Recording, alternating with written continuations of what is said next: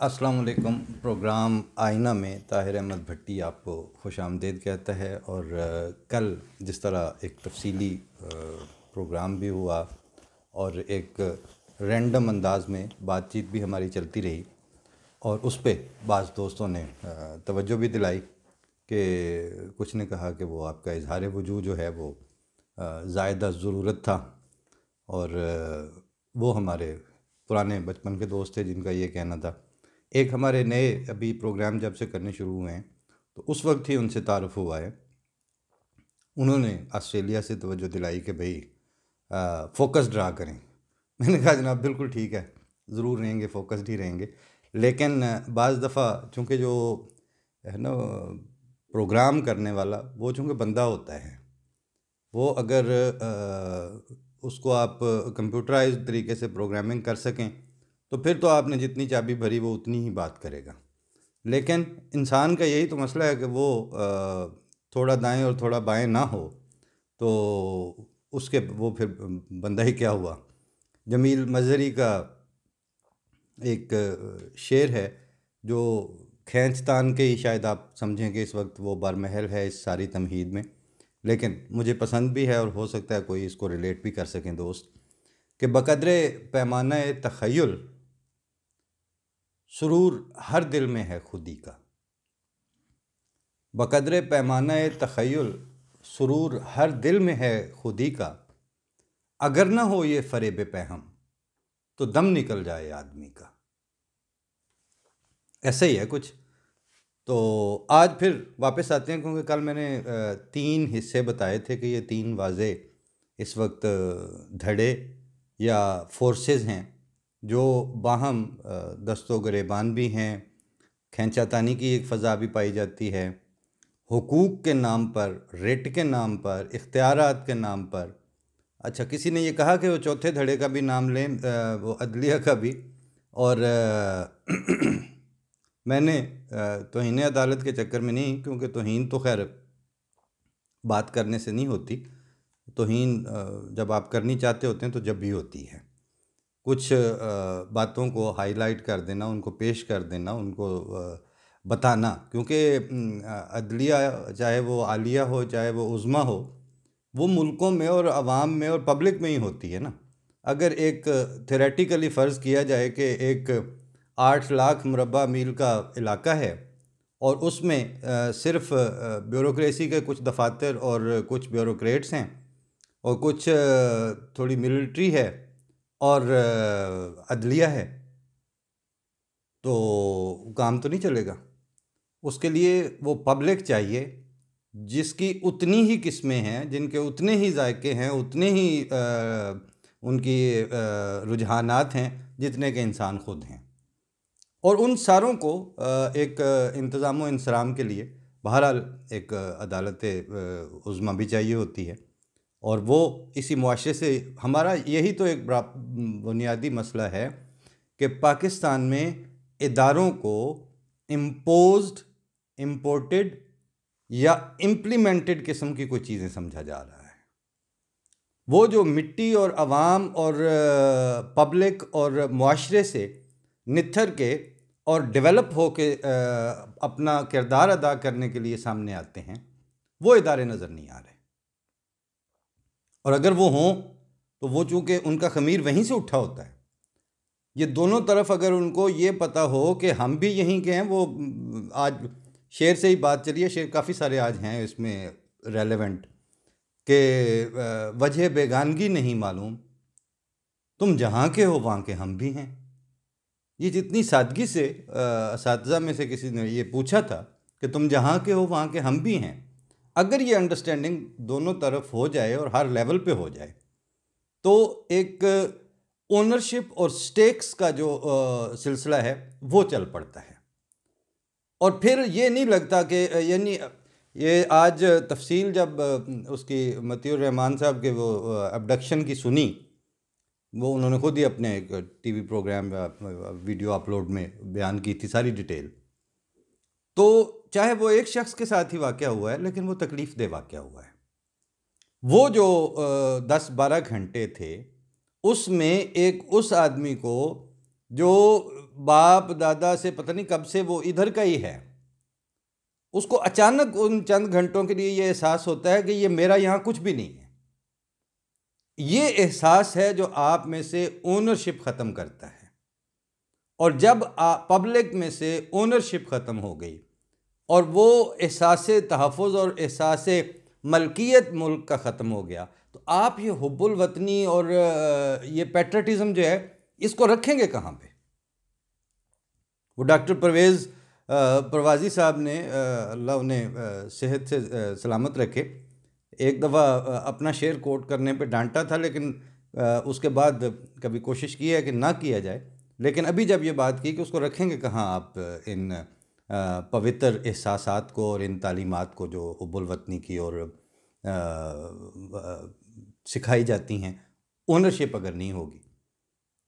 कि कोई 10-12 साल पहले अर्ज़ किया था कि सर छुपाएगी बेकरारी कहाँ, जब दिले बेकरार टूट गया। तो बेकरारी को भी रहने के लिए कोई जगह चाहिए। ये हुब्बुल वतनी जो है, इसको भी अपने जागुज़ी होने के लिए, अपना घर बनाने के लिए ये इंसानों के दिलों में बसती है। और जब आप उनके ज़हनों और दिलों से वो एहसास खुरच देंगे, वो कैफ़ियत ही ख़त्म हो जाएगी कि किसी वक्त वो उठा के ले गए हैं जी। अच्छा, अब है मचला बनने की जो कैफ़ियत है। हम ये करेंगे, हम कैफ़रे किरदार तक पहुंचाएंगे, हम ढूंढेंगे। पंजाबी में कहते हैं गल सह दिनी गल पै दिए। सया कहते हैं रैबिट को, खरगोश को, कि किसी जगह से अगर सिर्फ एक खरगोश गुजर गया है तो ये कोई इतना बड़ा वाक़या नहीं हुआ। पया कहते हैं वो रास्ता बन रहा है, जो जहाँ से पैदल लोग चलते चलते तो वहाँ पे रास्ता बन जाता है। कहते हैं वो खरगोश गुजरने से वहाँ से रास्ता बन जाता है। अगर एक वाक़या एक ही दफ़ा का होता तो ठीक, चलें उस पर भी था तो वो गलत, लेकिन उसको आप सरफ़े नज़र कर सकते हैं। लेकिन अगर इस बात को, इसका कोई तदारुक ना हो, इसका पीछा ना किया जाए, पूरा ततब्बो ना किया जाए और इसको वाकई अंजाम तक ना पहुंचाया जाए, तो फिर ये जो जहाँ से खरगोश गुजरा है यहाँ से रास्ता बनेगा और रास्ते फिर बाद में मोटरवेज बनते हैं। मुआशरों के साथ, मुआशरों के अंदर जो दरार पड़ने का फिनोमेना है, कौमों के अंदर दरार पड़ने का फिनोमेना, अफराद के अंदर से हुब्बुल वतनी की कैफियत के रुखसत होने और परवाज़ करने का जो फिनोमेना है, वो ज़रूरी तो नहीं है कि कल को, आज से कोई 50 साल बाद हिस्टोरियन बैठ के तो वो कोई 1500 सफ़े की हिस्ट्री की बड़ी मुस्तनद किताब लिखे तो फिर वो आपको बताए, तो वो आपके किस काम की होगी? उस वक्त तक आप तो अपना बेड़ा गर्क कर चुके होंगे। इससे तो सबक सीखने का या फ़ायदा उठाने का या अगली नस्ल को बचाने का या उससे अगली नस्लों को बचाने का और फिर इस खित्ता ज़मीन को अपना वाक़तन ओनरशिप वाला, मलकियत वाला, एहसास तहफ़्फ़ुज़ वाला घर बनाने का तो ये वक्त है। उस वक्त नहीं होगा। वो तारीख़ फिर बड़े ही सच्चाई से भी लिखती फिरे तो उसका फ़ायदा क्या? बड़े अच्छे अंदाज से इसको आज वो जो है ना, धीमे धीमे अंदाज में बात उठाने के लिए मैंने ये 3 शेर थे जो पिछले दिनों उस्ताद शुजात अली ख़ान से सुने। वो सितारिस्ट तो हैं ही, लेकिन वो वोकलिस्ट मुझे तो उससे भी ज़्यादा अच्छे लगे। तो ज़्यादा दफ़ा मैंने जब इनको तीन शेरों को, कृष्ण बिहारी नूर का यह कलाम है, तो सुना तो मुझे समझ आई कि इसमें कुछ एक दो चीज़ों से तो मुझे भी इख्तलाफ था, लेकिन ये पसंद क्यों आ रहा है फिर? तो अब पता चल रहा है कि अगर पाकिस्तान के तनाज़ुर पे, पाकिस्तान के सोशियो पॉलिटिकल और सोशियो कल्चरल सिनारियो के ऊपर इनको अप्लाई करके देखा जाए, तो जिस तरह वो 3 धड़े बताए थे, इसी तरह से ये 3 अशार सुने कि ज़िंदगी से बड़ी सज़ा ही नहीं, ज़िंदगी से बड़ी सज़ा ही नहीं, और क्या जुर्म है पता ही नहीं।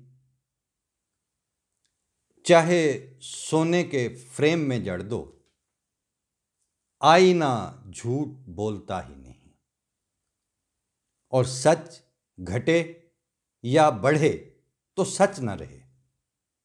यह है सच के साथ मसला। हम शेर मुकम्मल कर लूं, हम आधे सच के, अधूरे सच के मारे हुए लोग हैं। वहां पर सच घटे या बढ़े तो सच न रहे, झूठ की कोई इंतहा ही नहीं। अब ये प्रोसेस एक दिन से शुरू, एक दिन का ये वाक़या नहीं है, इस पे 3-4 डेकेड्स लगे हैं। जो 3-4 दहाइयों में मिल के बात बिगाड़ी हो, वो एक दिन में या एक तहरीक या एक नारे या एक वाक़े से अगर आप समझें कि वो सब कुछ अनडू हो जाएगा, वो नहीं होगा। अगर 40 साल में बिगाड़ा है, बहुत जल्दी भी संवारें तो 20 साल लगेंगे। वो भी उस सूरत में कि अगर ये तय कर लिया जाए कि अब संवारना है, अब पलटना है, अब इसको वापस रिट्रीव करना है, क्योंकि ये ज़िंदगी थी नहीं ना, ये ज़िंदगी का चलन था नहीं। वहाँ से हरीपुर से हमारे दोस्त जाहिद काज़मी साहब ने कल परसों भी जब बात हुई, बड़ी तफसील से कहते हैं कि मैंने तो एक ओपन राय देना चाहता हूँ आपके प्रोग्राम की वसातत से कि इस वक्त जिना के पाकिस्तान के बगैर बचत और बका नहीं हो सकती। बाकी आप थीसिस घड़ लें, उनको मुसल्लत कर दें, उनको अप्लाई कर दें, इससे काम चलने वाला नहीं है। जिना का पाकिस्तान पे वापस जाना पड़ेगा। इसके ऊपर मैंने तो उनसे यही दरख्वास्त की थी कि मैं आपका ज़िक्र खैर तो आपकी उस बात से कर दूंगा। वैसे उन्होंने एक बड़ी अच्छी चीज़ और भी रिलेट की थी।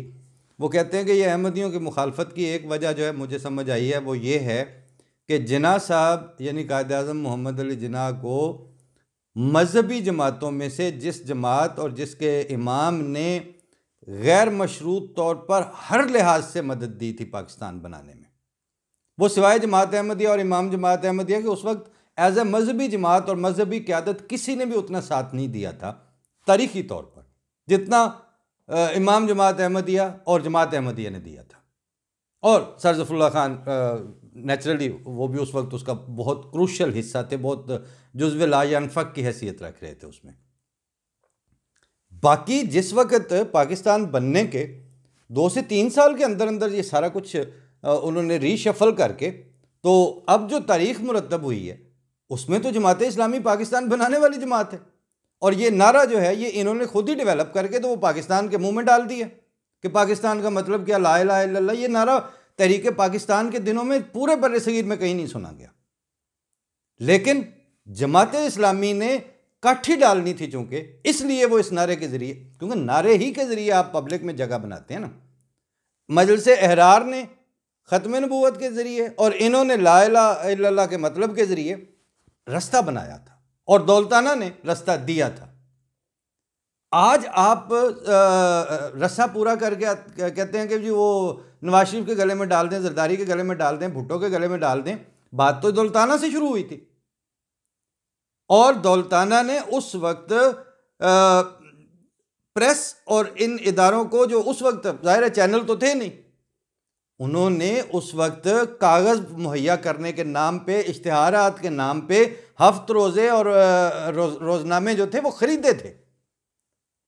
और ये साकिब ज़िरवी साहब का मैं किसी वक्त चाहता हूँ कि मैं पूरा ट्रांसक्राइब करके, उनका एक तफसीली इंटरव्यू है इस पर, कि उन्होंने जाके उनसे कहा कि ये तुम लोगों के रोज़ी रोटी के मसले तो ज़रूर हैं लेकिन इस हद तक तो ना जाओ। तो वो जो लाखों के हिसाब से फंड्स ले चुके थे और उसमें सूबाई हुकूमत, सेक्रेटेरिएट, सिविल सेक्रेटेरिएट, ये सारे इन्वॉल्व थे दौलताना साहब को सपोर्ट करने और उनकी सरबराही में। तो वो शोरश और वो सारे जो थे वो अकेले में जो मर्जी कहते, लेकिन उन्होंने कहा नहीं जी ये तो साढ़े ईमान का मामला है। तो साकिब साहब कहते हैं कि उस दिन फिर मैंने कहा कि आज से मेरा आपकी किसी तंजीम से कोई ताल्लुक नहीं है। अगर आप लोग पैसे खा के तो उसको जस्टिफाई करने के लिए अपना ईमान का मामला बना रहे हैं, तो मैं तो बगैर पैसे खाए हुए वाकईतन अपनी जेब से चंदे देकर और अपनी कुर्बानियां देकर और अपने वसाइल काट के उसके बाद मैंने ईमान सीने से लगाया हुआ है। अगर तुम्हारे ईमान का मामला है तो साढ़े ईमान का कोई मामला नहीं। ये बातें उस वक्त हुई।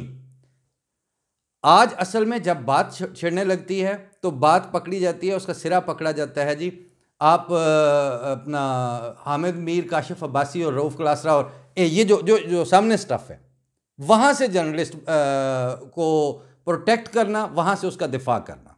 और जिस वक्त सियासतदान की बात आती है तो उस वक्त तलाल चौधरी और जरदारी और नवाज शरीफ और फिर उनके आगे सपोर्टर। लेकिन आप इन्हीं दिनों में देख लें, एतजाज़ हसन, वो बज़ाहिर लोग समझते हैं कि शायद उम्र ज़्यादा हो गई है इसलिए इस तरह के बयान दे देते हैं, लेकिन असल कहानी ये है कि चूँकि वो सियासत में खल्ले खाते हुए और मतलब पूरी जैसे एक सियासतदान की गिदड़कुट होती है वो पूरी उसमें से गुजर के आए हैं, इसलिए आज भी जब चाहें वो ज़रूरत पड़ने पर वो उस तरह का बयान दे देते हैं जो आमतौर पर आपको मेन स्ट्रीम जो टॉक शोज़ के सियासतदान हैं उनमें से नज़र नहीं आता। इसलिए अब बहुत दयानतदारी से, बहुत रुक के एक दफ़ा वापस जाके ये सोचना पड़ेगा कि अब अपना जर्नलिस्ट, अपना सहाफ़ी, अपना दानिश्वर, अपना राइटर, उसको लिखारी, सोचने वाला, कौम का दर्द रखने वाला, वो उन चीज़ों को, और ये फिर एक लॉन्ग टर्म प्लानिंग के तहत होगा, ये उन चीज़ों को, उन प्रायोरिटीज़ को प्रायोरिटाइज करके पहले लाए।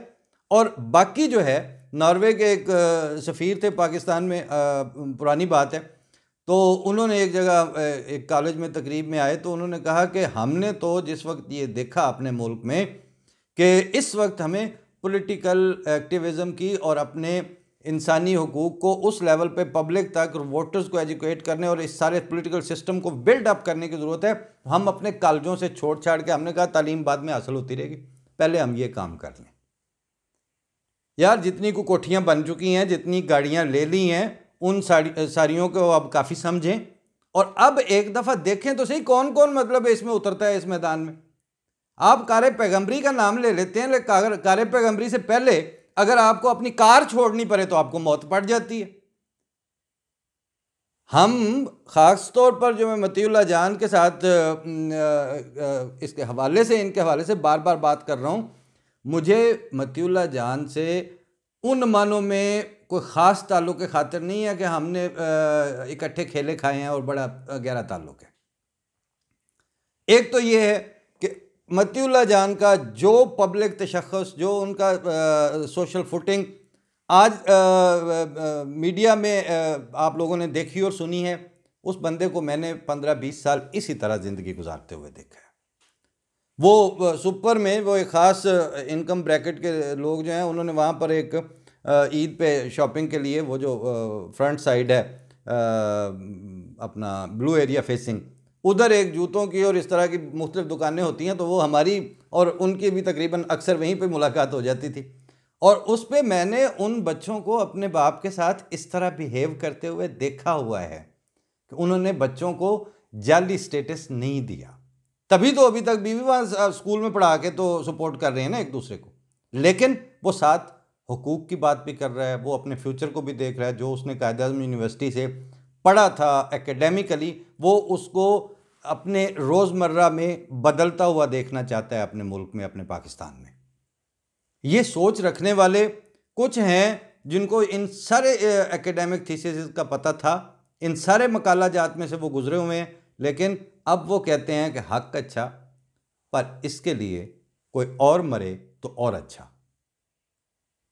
हक अच्छा पर इसके लिए कोई और मरे तो और अच्छा।